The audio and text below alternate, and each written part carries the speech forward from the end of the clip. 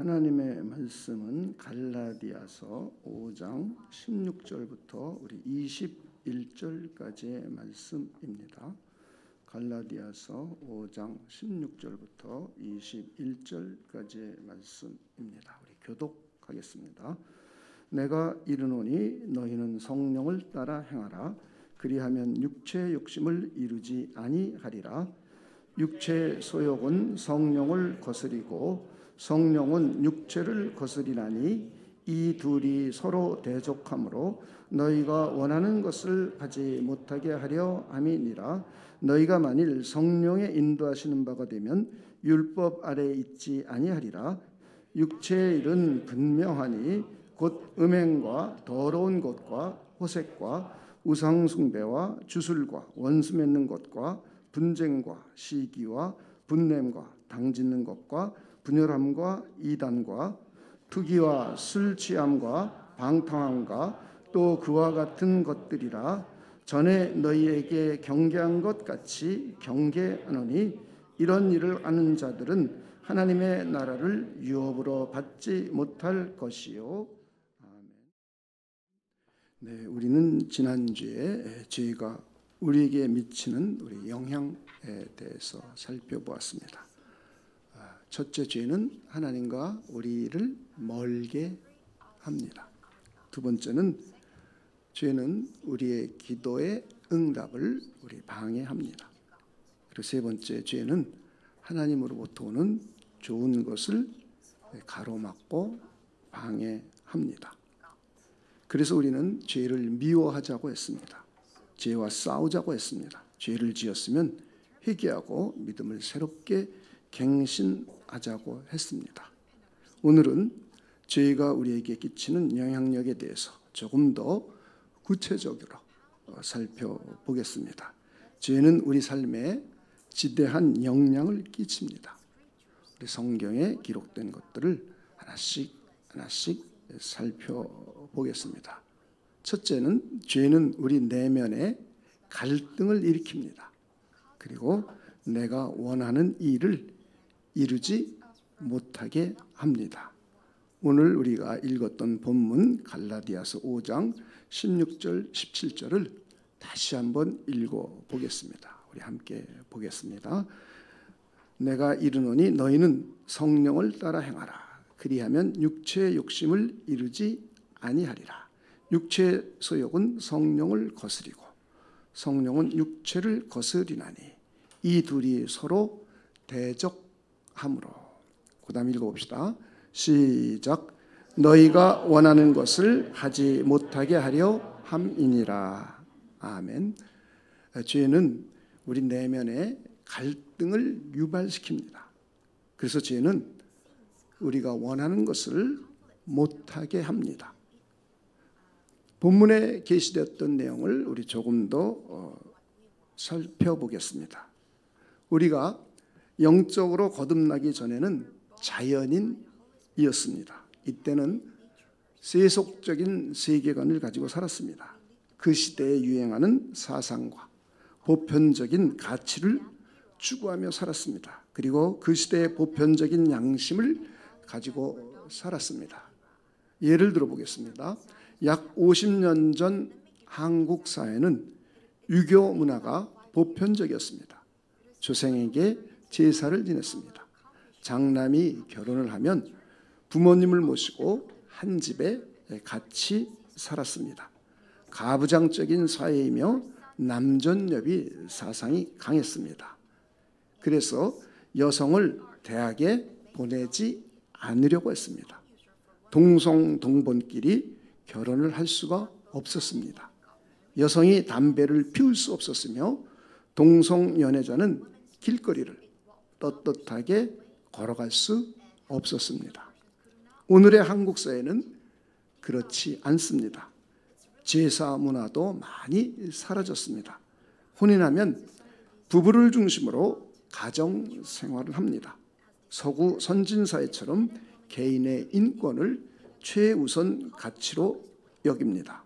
남녀의 평등과 성소수자의 인권을 존중하며 법으로 보장하자고 합니다. 이렇게 자연인은 그 시대의 세속적인 가치를 추구하며 살아갑니다. 그리고 또 하나는 육체의 수욕을 쫓아서 살아갑니다. 하나님과 상관없이 자신의 유익과 자신이 좋아하는 것과 자신이 하고 싶어하는 것을 추구하며 살아갑니다. 시간이 생기면 취미생활로 여가를 즐깁니다. 무엇을 먹을까? 무엇을 마실까? 무엇을 입을까 하며 살아갑니다. 육신의 소욕, 즉 타락한 이기적인 본성이 우리 마음에 있습니다. 그래서 내 안에서 자연스럽게 이 미움과 시기와 질투와 교만이 올라옵니다. 내 입술도 독한 말을 하기도 합니다. 죄를 짓기도 합니다. 본문 갈라디아서 5장 19절로부터 21절은 육체의 일을 각종 악한 짓과 죄로 명료하게 규정합니다. 한번 우리 19절, 20절, 한번 21절을 읽어보겠습니다. 육체의 일은 분명하다고 말씀하고 있습니다.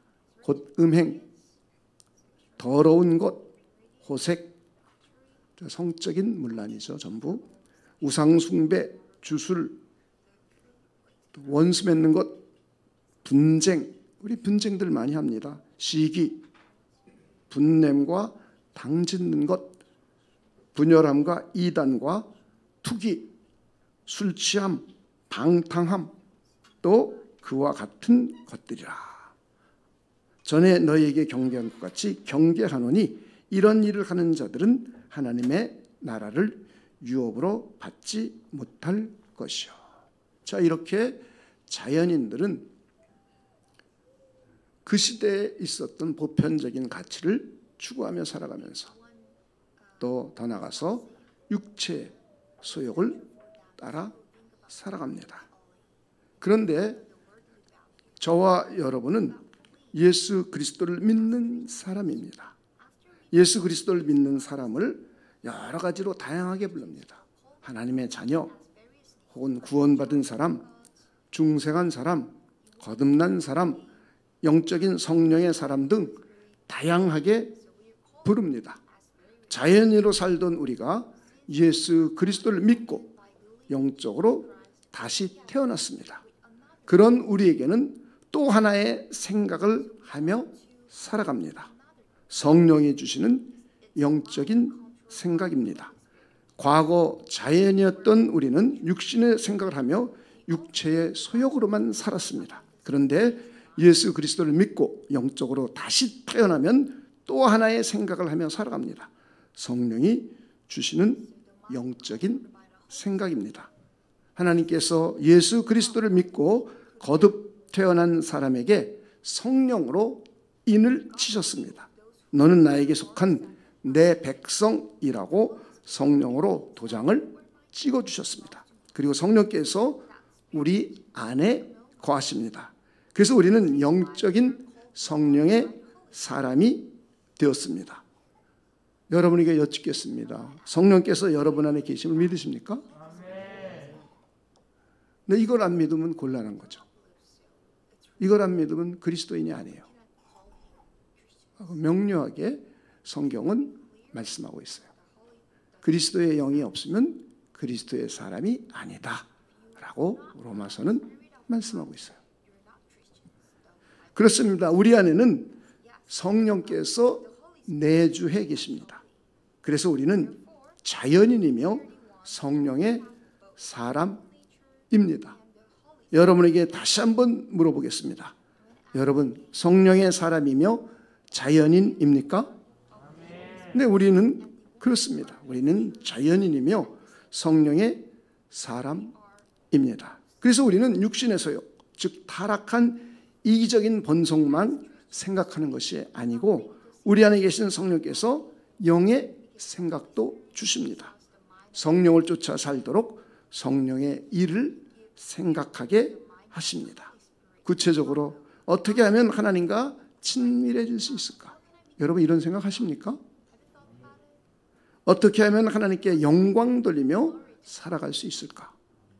어떻게 하면 하나님을 기쁘시게 할 수 있을까? 어떻게 하면 하나님의 뜻을 이루며 살아갈 수 있을까? 그리고 우리는 하나님의 나라와 의를 추구하며 살아갑니다. 하나님의 사람답게 거룩한 삶을 살아가려고 합니다. 다시 한번 간략하게 정리해 보겠습니다. 예수 그리스도를 믿는 저와 여러분은 자연인이며 성령의 사람입니다. 그래서 우리는 자연스럽게 육체의 소욕, 곧 타락한 이기적인 본성이 올라옵니다. 미움과 시기와 질투가 올라옵니다. 어떤 때는 마음에 하나님 두기를 싫어할 때도 있습니다. 하나님, 그만 간섭하세요. 내 마음대로 하게 나 좀 내버려 두세요 하기도 합니다. 이 일만큼은 내가 알아서 할 테니 그만 간섭하세요 라고 합니다. 그리고 또 다른 한편으로는 내 안에 계신 성령께서 성령의 소욕을 주십니다. 우리에게 성령의 소욕이 올라옵니다. 너 그 사람 미워하면 안 돼. 하나님이 기뻐하시지 않잖아. 미워하지 말고 사랑해야지. 화내면 안 되지. 참고 인내해야지. 주일 성수를 잘 해야지. 하나님을 신실하게 믿고 의지해야지. 내가 하기로 한 일 하나님이 기뻐하실까? 그게 하나님의 뜻이 맞을까? 이렇게 우리는 수시로 갈등하며 에너지도 소모합니다. 예수 그리스도를 믿기 전에는 하나님을 예배하지 않는다고 갈등하지 않았습니다. 주일 성수를 안 한다고 갈등하지 않았습니다. 성가대 봉사 때문에 갈등하지도 않았습니다. 나를 힘들게 하는 사람을 내가 싫어하고 미워한다고 갈등하지 않았습니다. 회사일 때문에 또는 학교일 때문에 예배를 제대로 못 드리는 것, 그 이유 때문에 갈등하지도 않았습니다.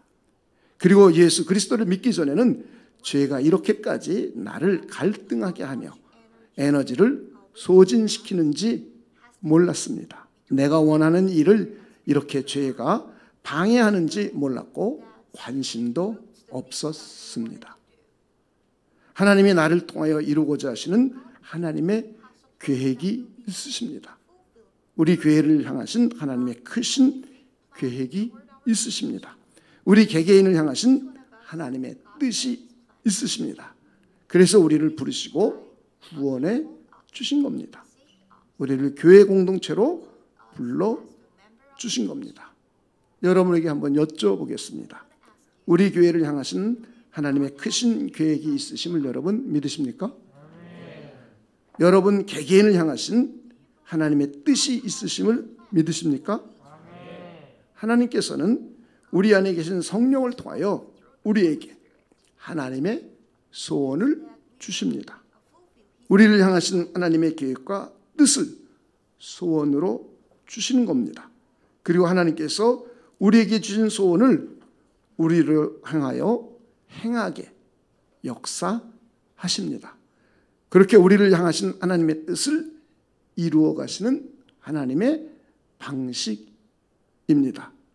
그래서 성경은 죄를 짓지 말고 사람들과 원망과 시비가 없이 하나님의 일을 감당하라고 권면합니다.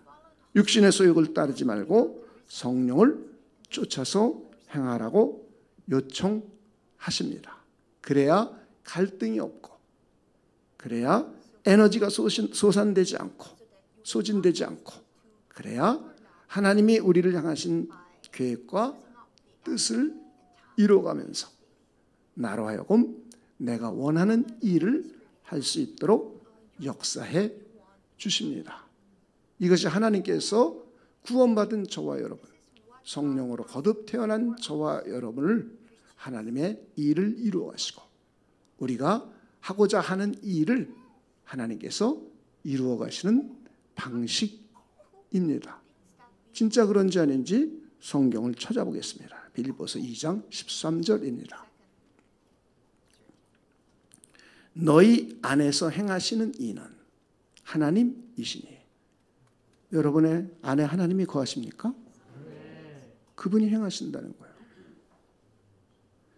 자기의 기쁘신 뜻을 위하여, 하나님의 기쁘신 뜻을 위하여 너에게 소원을 두고. 성령께서 우리에게 소원을 주세요. 하나님의 소원. 행하게 하시나니. 저 소원을 두고 우리에게 행하게 했어요. 그러므로 모든 일을 원망과 시비가 없이 하라.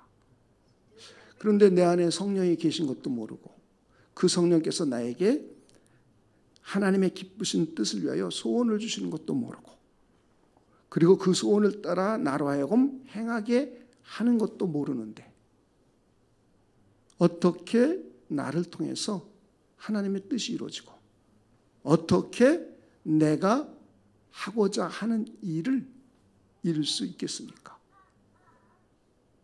모르면 그런데 관심이 없어요. 그리고 죄를 지으면서 그리스도인이 되고 나서 죄를 지으면서도 이 죄가 나를 하고자 하는 일을 하지 못하게 방해한다는 것도 몰라요. 그래서 죄의 문제를 해결하려고 하지 않아요. 그래서 성경은 원망과 시비가 없이 하라. 하나님의 성령을 쫓아 행하라. 라고 말씀하고 있습니다. 오늘 갈라디아서 5장 16절도 내가 이르노니 너희는 성령을 따라 행하라. 그리하면 육체의 욕심을 이루지 아니하리라. 그리고 25절 26절도 만일 우리가 성령으로 살면 또한 성령으로 행할지니 헛된 영광을 구하여 서로 노엽게 하거나 서로 투기하지 말지니라. 할렐루야. 하나님께서 우리로 이 일을 이루어갈 수 있도록 하나님은 우리에게 은혜를 베풀어 주십니다. 우리가 성경을 읽고 기도할 때 성령께서 진리를 깨달아 알게 해주십니다. 나를 향하신 하나님의 마음과 뜻을 내 안에 계신 성령께서 깨닫게 해주십니다. 마귀와 귀신들, 음부의 권세를 물리칠 수 있는 영적인 권세도 주십니다. 재물을 관리하고 얻을 수 있는 능력도 주십니다. 사람을 관리할 능력과 리더십도 주십니다. 범사를 형통하게 이끌어 주십니다. 어려움 가운데 기도하며 말씀을 붙잡고 믿음으로 승리하게 해주십니다. 필요하다면 건강과 장수도 주십니다. 필요하다면 부귀 영화도 주십니다. 하나님께서는 우리로 하여금 하나님의 일, 우리를 향하신 하나님의 일, 하나님의 뜻을 이루어갈 수 있도록 이러한 은혜들을 주시는 겁니다. 순교할 수 있는 넉넉한 믿음도 주십니다. 어떤 상황 가운데도 복음을 증거하며 하나님을 신실하게 믿고 예배하는 사람으로 세워주십니다. 하나님께서는 아브라함과 다윗 왕을 그렇게 하셨습니다. 모세와 여호수아에게도 그렇게 역사하셨습니다. 베드로와 요한과 야고보에게도 그렇게 역사하셨습니다. 바울에게도 복을 주시며 그 일을 감당하게 하셨습니다. 기독교 역사 2000년 동안 신실한 믿음의 선배들에게 하나님께서는 같은 방식으로 역사하셨습니다. 저는 여러분들이 이 내용을 잘 이해하시고 하나님의 은혜와 복을 풍성하게 받으며 하나님의 뜻을 이루며 살아갈 수 있는 여러분이 되시기를 주님의 이름으로 축원을 드립니다. 여러분들이 이걸 설교로 한번 듣고 이해하지 못하고 구체적으로 어떻게 하는지 모른다면 이 부분을 여러 차례 듣고 그리고 여러분들이 이 부분을 성경을 읽고 묵상하면서 어떻게 하나님이 나를 통하여 이루어 가시는지 이것을 여러분들이 잘 이해하는 분들이 되시길 주님의 이름으로 축원을 드립니다. 다시 정리하면 죄는 우리 내면에 갈등을 유발시킵니다. 그리고 우리가 원하는 일을 하지 못하게 방해합니다. 구체적으로 죄는 우리의 삶을 어떻게 방해하는지 하나씩 살펴보겠습니다. 첫째는 성령의 인도를 방해합니다. 우리 안에서 죄는 내가 미움과 시기와 질투와 그리고 죄를 짓게 되면 내 안에 계신 성령께서 나를 인도해 가시는 것을 이 죄가 자꾸 방해합니다. 하나님의 성령의 충만함도 방해합니다. 그래서 하나님의 뜻을 이해하기가 어렵습니다. 하나님의 진리를 바르게 깨닫고 이해할 수 없습니다. 두 번째 죄는 조금 전에 말했던 것처럼 진리를 못 깨닫게 합니다. 하나님의 뜻이 무엇인지, 하나님이 우리에게 무엇을 요청하시는지, 하나님이 어떤 분인지, 하나님이 지금 인류 역사 속에서 무슨 일을 감당하고 계신지 잘 깨닫지 못합니다. 죄가 그렇게 합니다. 성경을 읽어도 내 안에 죄가 있으면 진리를 깨달을 수 없습니다. 한번 디모데후서 3장 6절부터 7절까지 찾아보겠습니다. 정말 성경이 그렇게 계시하고 있는지. 그들 중에 남의 집에 가만히 들어가 어리석은 여자를 유인하는 자들이 있으니 그 여자는 죄를 중히 지고 여러 가지 욕심에 이끌린 바 되어. 성적인 문란한 죄죠. 저 음란한 죄. 그 다음 7절입니다. 읽어봅시다. 시작. 항상 배우나 끝내 진리의 지식에 이를 수 없느니라. 그러니까 아무리 성경을 읽고 배우고 성경 공부를 해도 내 안에 죄가 있으면 마음에 하나님 두기를 싫어한다거나 하나님이 없어도 된다고 생각하거나 하나님을 의지하지 않거나 미움과 시기와 질투가 있거나 내 마음을 하나님께 열지 않거나 이런 일을 하면 예배 자리에 앉아 있어도 설교를 들어도 성경 공부를 해도 하나님의 진리를 깨달아 알 수가 없습니다. 죄는 하나님의 성령의 인도만 방해하는 것이 아니라 저와 여러분으로 하여금 하나님의 진리의 말씀을 이해하며 이것을 믿음으로 받아들일 수가 없습니다. 그래서 우리는 성경을 읽기 전에 예배하기 전에 기도하고 죄를 회개하고 내 안에 계신 성령을 통해서 진리를 이해하고 깨닫기를 소망해야 합니다. 여러분 예배 시간 지금 그렇게 드리고 계십니까? 그렇지 않으면 이 자리에 하나님의 영적으로 임재해 계시다는 것을 믿지도 않고 경험하지도 못해요. 하나님께서 이 자리에 임재해 계시다면 그리고 우리가 그 하나님을 예배하는 가운데 임재해 계신 하나님이 우리를 만져주시고 우리를 터치해 주신다면 우리에게는 많은 심적인 변화가 일어납니다. 우리에게는 정신적이고 육신적인 많은 회복이 일어납니다. 우리에게는 이 땅에 살아가면서 하나님의 뜻을 이루고자 하는 열정이 회복됩니다. 셋째는 죄가 내가 형통하고 잘 되는 것을 방해합니다. 진짜 그런지 한번 성경을 찾아보겠습니다. 에레미야서 17장 3절입니다. 들에 있는 나의 산아 내 온 영토의 죄로 말미암아. 그 다음 읽어봅시다. 시작. 내 재산과 내 모든 보물과 산당들로 노력을 당하게 하리니. 죄 때문에 재산에 손실이 와요. 자, 신명기서 28장 38절부터 40절입니다. 신명기서 28장 후반절 뒤에서부터는 계속 하나님의 계명을 따르지 않고 죄를 짓고 그에 대한 결과들이 또 영향력들이 나오고 있습니다.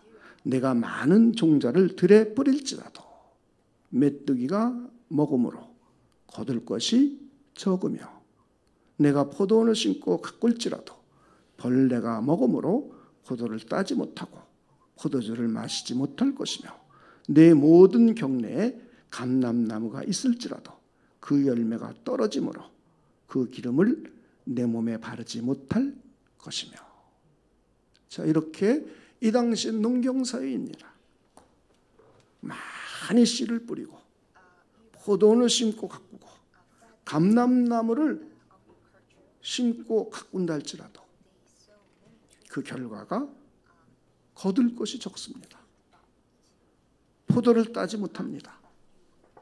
감람나무가 있더라도 그 열매가 떨어지므로 기름을 사용할 수가 없습니다. 이렇게 죄는 저와 여러분이 잘되고 형통하게 되는 것을 방해합니다. 죄는 우리의 건강도 방해합니다. 시편 38편 3절입니다. 주의 진노로 말미암아 내 살에 성한 것이 없사오며. 그 다음 읽어봅시다. 시작. 나의 죄로 말미암아 내 뼈에 평안함이 없나이다. 신명기 28장 27절 28절입니다. 여호와께서 애굽의 종기와 치질과 괴혈병과 피부병으로 너를 치시리니 내가 치유받지 못할 것이며 여호와께서 또 너를 미치는 것과 눈머는 것과 정신병으로 치시리니. 이렇게 죄는 우리의 건강을 방해합니다. 정신건강을 방해하고 마음을 병들게 하고 심지어는 육체의 질병까지 유발시킴으로 해서 우리의 건강을 방해합니다. 죄가 이렇게 심각한 건데 사람들은 별로 관심이 없습니다. 교회 다니면서도 관심이 없어요. 예수를 믿으면서도 관심이 없어요. 그냥 자기가 하고 싶은 대로 자기 멋대로 자기 마음에 드는 것, 이기적인 타락한 본성을 가지고 자기만을 위하고 교만하고 오만하고 그렇게 삽니다. 그것이 우리의 삶을 얼마나 망가뜨리고 방해하는지를 생각하지 않습니다. 성경은 이것을 명료하고 분명하게 하나님의 백성들에게 계시해 주십니다. 그래서 하나님의 백성들이 건강하게 살고 하나님의 백성들이 이 땅에서 복을 누리며 형통하게 살고 하나님의 백성들이 진리를 깨닫고 하나님의 성령의 인도함을 받아 하나님의 뜻을 이루며 살기를 원하시는 하나님의 사랑의 음성이 저와 여러분의 귓전에 들려지기를 소망해 봅니다. 다섯 번째 죄는 나의 장수를 방해합니다. 잠언 10장 27절입니다. 여호와를 경외하면 장수하느니라. 그러나 그 다음부터 읽어봅시다. 시작. 악인의 수명은 짧아지느니라. 창세기에 보면 유다의 장자 엘이 하나님이 보시기에 악함으로 하나님께서 그를 죽이셨습니다. 창세기 38장 7절 한번 읽어보겠습니다. 유다의 장자 엘이 여호와 보시기에 악함으로. 그 다음에 읽어봅시다. 시작. 여호와께서 그를 죽인지라. 여러분 건강하게 오래 살고 싶으십니까? 여러분 형통하게 잘 되고 싶으십니까? 여러분이 하고자 하는 일을 성취하고 싶으십니까? 그러면 어떻게 해야 하는지 성경은 분명하게 우리에게 계시해 줍니다. 죄가 우리에게 이러한 지대한 영향을 끼치기 때문에 죄를 멀리하고 죄와 싸우고 그리고 죄를 지었으면 즉각적으로 회개하고 믿음을 새롭게 갱신하라고 성경은 지속적으로 반복적으로 우리에게 계시하고 있습니다. 여섯 번째는 우리 자녀가 형통하게 되는 것을 방해합니다. 이 죄란 놈이 우리 아들과 딸들이 잘 되고 그들이 형통하게 되는 것을 방해합니다. 우리 출애굽기 34장 7절입니다. 인자를 천대까지 베풀며 악과 과실과 죄를 용서하리라. 그러나 벌을 면제하지는 아니하고. 그 다음에 읽어봅시다. 시작. 아버지의 악행을 자녀 3, 4대까지 보응하리라. 그러니까 3, 4대면 우리 어머니, 아버지, 할머니, 할아버지, 조부, 조모, 또 그 할머니, 할아버지, 양가. 그들의 죄들이 저를, 제가 잘 되는 것을 방해합니다. 죄가 이렇게 심각한 거예요. 여러분 아들, 딸 잘 되기를 원하십니까? 그러면 내가 자꾸 하나님이 싫어하는 걸 보여주면 안 돼요. 하나님을 싫어하는 걸 보여주면 애는 그거 보고 금세 따라해요. 우리 그런 걸 여러분이 잘 이해해야 됩니다. 그러면 정말 마음속으로는 우리 아들, 딸 잘 되기를 원하지만 이 죄들이 우리 아들, 딸이 잘 되는 것을 자꾸 방해해요. 그래서 우리 아들과 딸이 잘 될 수가 없어요. 저는 여러분들이 이것을 잘 이해할 수 있는 분들이 되시길 다시 한번 주님의 이름으로 축원을 드립니다. 7번째 죄는 승리를 방해합니다. 하나님의 사람들을 이 세상에서 이 세속적인 권세와 죄와 음부의 권세와 마귀와 사탄 그리고 환난 이 모든 것으로부터 극복하고 승리할 수 있게 하는 하나님의 방식이 믿음입니다. 그런데 이 죄는 우리가 믿음을 가지고 승리하게 하는 것을 방해합니다. 죄가 우리에게 이렇게 아주 나쁜 짓을 합니다. 자, 신명기에서 28장 25절 26절입니다. 여호와께서 내 적군 앞에서 너를 패하게 하시리니 내가 그들을 치러 한 길로 나가서 그 다음 읽어봅시다. 시작.